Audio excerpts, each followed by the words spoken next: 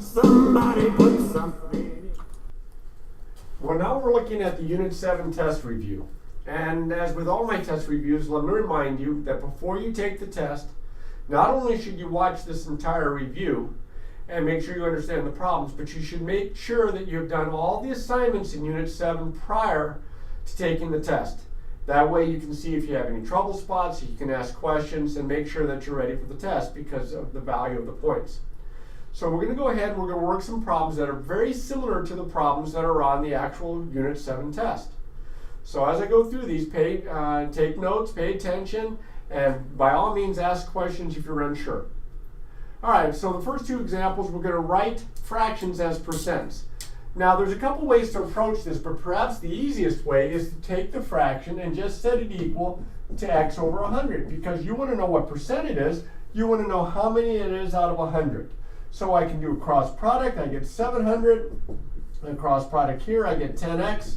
I solve for x, divide by 10, I get x is equal to, looks like 70. So this is 70%. Over here, I'll set it equal to x over 100. Now, I have an improper fraction, so that tells me my percent is going to be more than 100%. I cross multiply, 100 times 15 is 1500, 8 times x is 8x. I set these equal, I divide by 8 to solve for x. And let's see, it goes in 170, let's see, 70, that would be, goodness gracious, I'm glitching here. That's an 8, 60, I think I better do this one out. I am having too much trouble doing it in my head. I might even need a decimal point for this one. It goes in 1 time, it goes in 8 times, it goes in 7 times. Yep, I do need that extra 0 here. And it goes in 5 times. So it turns out to be 187.5. Now remember, we're changing this to a percent, so my actual answer is 187.5%. All right, now I'm going to convert this into a fraction. Well, remember what percent means. It means per 100, so this means 35 per 100 over 100. It does ask for simplest form, so I could divide top and bottom by 5, and I get 7 over 20. Now I'm going to write this one as a decimal, 57%. Remember, to change a percent into a decimal, all you have to do is slide the decimal point 2 places to the left and drop the percent sign, 0.57. Now in the next problem it says, what number is 55% of 280?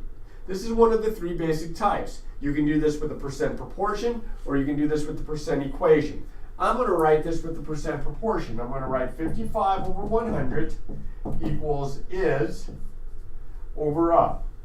Or in this case, the part over the whole, that would be x over 280. Now, you could simplify 55 over 100, but if you don't, then you've got a little bit of multiplying to do.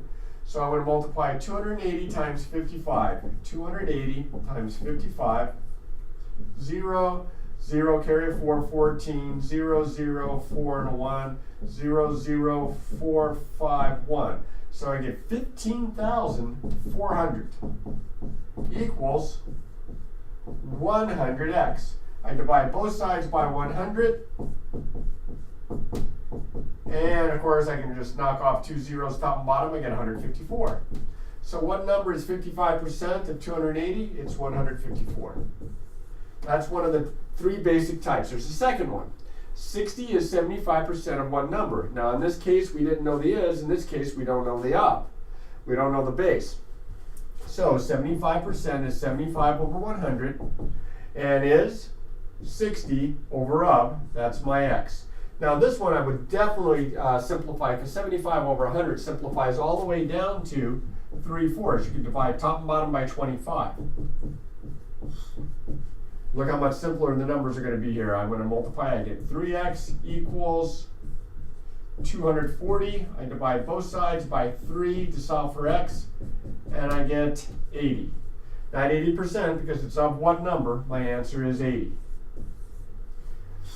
My third example here, or third in these 3 anyway, is the third type of basic percent problem. This time we're looking for the percent. So again, if I use the proportion, x over 100 equals my is over my of. 7.3 over 36.5. Now, don't let the decimals intimidate you. The arithmetic is just a little bit messy, but not bad. I still do the same two steps. I cross multiply. I get 36.5x is equal to, now 100 times 7.3, when you multiply by 100, it pretty much slides the decimal 2 places to the right. That would be 730. Now I'm going to have to divide by 36.5 to figure out what this is equal to. Now I'm going to divide 36.5 into 730. I don't have a lot of space, so I'll have to be careful here. I have a decimal, so decimal point into 0, slide it, comes straight up. 365, not into 7, not into 73, but into 730 exactly 2 times, which is very convenient. Bring down the 0, it goes into 0 times. I'm getting 20. My answer, remember, is asking for the percent. What percent? It's 20%. Now I mentioned in the last lesson of the last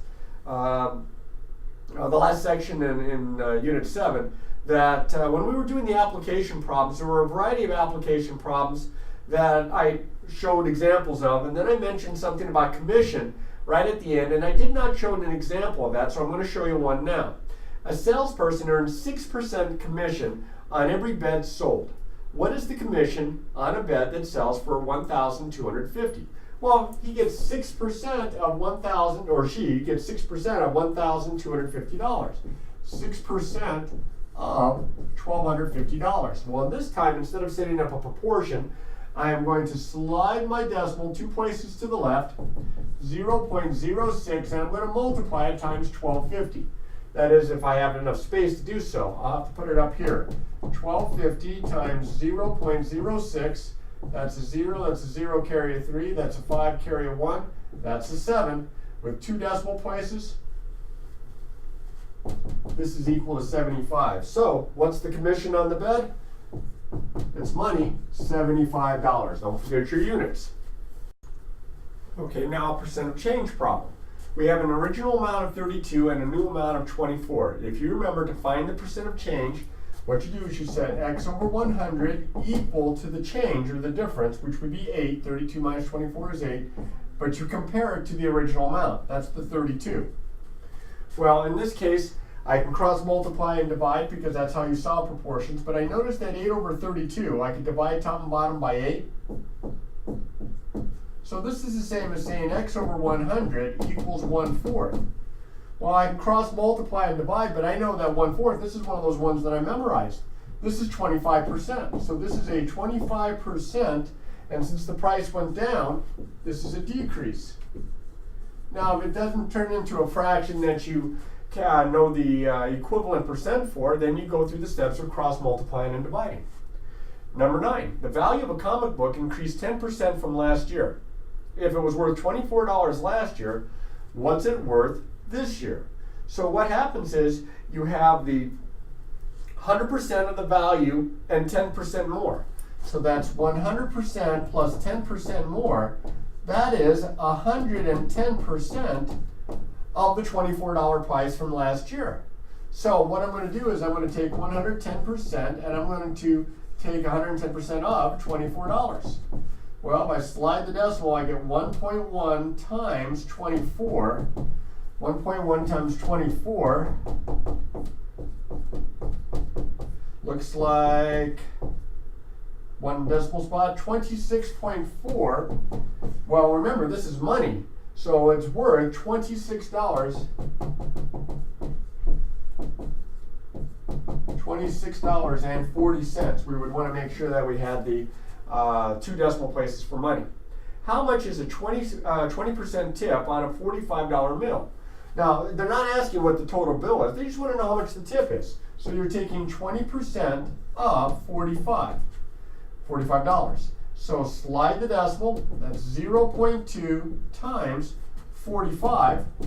So let's see, 45 times 0.2, that's a 0, that's a 9 with 1 decimal spot. This looks like it's 9. So the tip is $9. A store marks up the wholesale price of a suit by $120. What is the retail price if the wholesale price is $400? So they're marking it up. Oh, look at this. Marks up the wholesale price of a suit by, and I put $120. That would make it too easy. Let's say 120%. Now it's not such a tough problem, or not such an easy problem. What is the retail price if the wholesale price is $400? So you've got $400 and then 120% more of $400. They're really jacking the price up. So I have to pay all 100% of this and another 120% on top of that. 100 plus 120%, or 220% of the original price. My goodness, the wholesale price is $400. I have to take 220% of $400. Well, slide it twice, that's 2.2 times, 400. Well, 2.2 times 400, I know that one. I can kind of do that one in my head. That one is 880. You can see how much they increased the price. It was a $400 suit. Now it's retailing for $880. So the retail price, this is what we'll pay the customer. The retail price is $880. Yikes. All right, now you buy a jacket on sale for 30% off the original price of $160. What's the sale price? Well, in this case, we're not paying the full 100%. We're getting 30% off. So that's 100 minus 30%. We're actually paying 70%. 70% of $160. So slide the decimal. This is 0.7 times 160. So 160 times 0.7, 0, 2, carry 4, looks like an 11 with one decimal spot. Well, it is $112. So this is going to be $112, and the sale price is $112. Now, if they wanted to get a little tricky, they could have said, how much is the discount in money? Well, the discount would be the difference in the two prices, which looks like a $48 discount. And you are buying it on sale for $112. We'll finish this off with a couple of interest problems. I have one of each type. The first is a simple interest problem, and the second one there is a compound interest problem. So you can kind of compare the two and the way they're worked. You deposit $500 into an account that earns 3% annual, simple annual interest. What is the balance of the account after 5 years? Well, we're going to use interest equals principal times rate times time, but that's only going to give us the interest. We're going to want the balance, so we'll have to do an extra step. My interest in this case is based on $500 interest, that's the P, 3%, that adds a decimal, 0.03, and we're going to do this for 5 years. So the time in years is 5. So now I'm going to multiply these three together, and I'm going to be a little lazy. I'm going to grab my calculator, and I'm going to multiply 500 times 0.03 times 5, and I get a grand total of 75. Now that is not my answer. It's $75 in interest. The question says, what's the balance? The balance includes the $500 of principal. So the balance is 500 plus 75, or $575. Now, this problem here, the formula that we're going to use gives us the balance. So we don't have to do the extra step. It's all included in the formula. And the formula, remember, A equals P times the quantity 1 plus R raised to the T. Well, we are going to deposit $500 again into account. This time it earns 5% interest compounded annually. That's the key. What is the balance after 2 years? So 500 goes in here, 5% as a decimal goes here, and 2 years goes here. So this is going to be A equals 500 times 1 plus, now it's 5%, so 0.05, change it to a decimal, and this is for 2 years. So this is 500 times 1.05, I'm adding those two, to the second power. So I grab my calculator again, and I'm going to take 1.05, I'm going to raise it to the second power, and then I'm going to multiply that times 500. And I get $551.25. So in this case, the balance is this number right here. This is, and it's money, $551.25. Now make sure that you look through these examples, look through your notes before you take the test, and as always, practice, practice, practice.